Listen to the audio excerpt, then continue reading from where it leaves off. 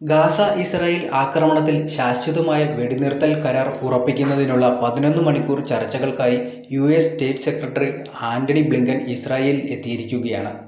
10 മാസമായി തുടരുന്ന സംഘർഷത്തിൽ വെടിനിർത്തൽ കരാർ ഉണ്ടാക്കാനുള്ള വാഷിംഗ്ടണിന്റെ പുതിയ ശ്രമങ്ങളുടെ ഭാഗമായാണ് ബ്ലിങ്കൻ കഴിഞ്ഞ ദിവസം ടെൽ-അവീവിൽ എത്തിയത്.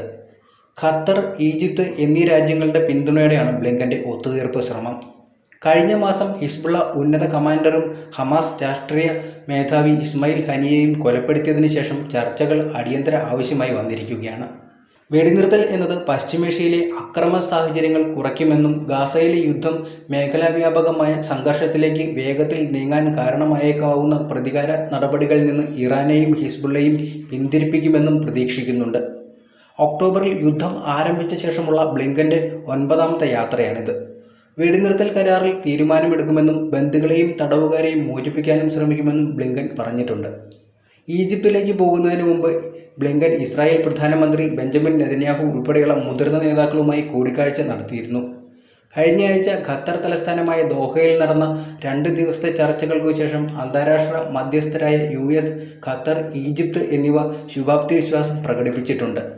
തീരുമാനമാകാത്ത കാര്യങ്ങൾ സംബന്ധിച്ചുള്ള ചർച്ചകൾ ബുധനാഴ്ചയോ വ്യാഴാഴ്ചയോ കെയ്റോയിൽ പുനരാരംഭിക്കുമെന്നാണ് പറയുന്നത്.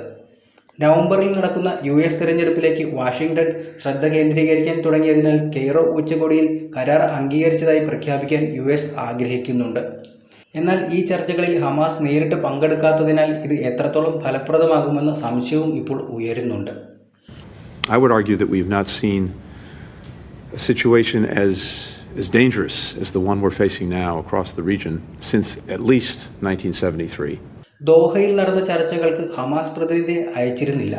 അതിനാൽ സമ്മർദ്ദം നൽകേണ്ടത് ഹമാസിനും സിൻവാറിനും നേരെയാണ്. ഇസ്രായേൽ സർക്കാരിനല്ല എന്ന് ഹമാസ് മേധാവിയെ പരാമർശിച്ച് ഇന്നലെ നടന്ന മന്ത്രിസഭാ യോഗത്തിൽ നെതന്യാഹു പറയുകയുണ്ടായി.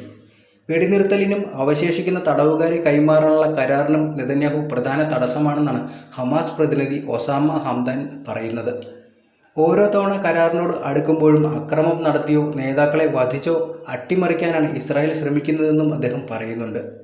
മെയ് മാസത്തിൽ ജോ ബൈഡൻ പരസ്യമായി നിർദ്ദേശിച്ചതും യുഎൻ സുരക്ഷാ കൗൺസിൽ അംഗീകരിച്ചതുമായ 3 ഘട്ട ചട്ടക്കൂട് നടപ്പിലാക്കാൻ ഇസ്രായേലും ഹമാസും കഴിഞ്ഞ മാസം തത്വത്തിൽ അംഗീകരിച്ചിരുന്നതാണ്.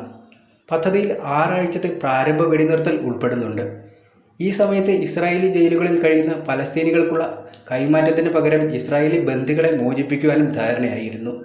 സ്ട്രിപ്പിലേക്ക് പ്രവേശിക്കുന്ന മാനുഷിക സഹായത്തിന്റെ അളവ് വർദ്ധിപ്പിക്കാനും തീരുമാനമായതാണ്. എന്നാൽ വെടിനിർത്തൽ ചർച്ചകൾ പുരോഗമിക്കുന്നതിനിടെയാണ് കഴിഞ്ഞ ദിവസം ഗാസ പട്ടണമായ സവൈദയിൽ ഇസ്രായേൽ നടത്തിയ ആക്രമണത്തിൽ ഒരു കുടുംബത്തിലെ 17 പേർ കൊല്ലപ്പെട്ടത്. മാത്രമല്ല, മാനുഷിക മേഖലകൾ ഉൾപ്പെടുത്തി പലായന ഉത്തരവുകളും ഇസ്രായേൽ വിപുലീകരിച്ചിട്ടുണ്ട്.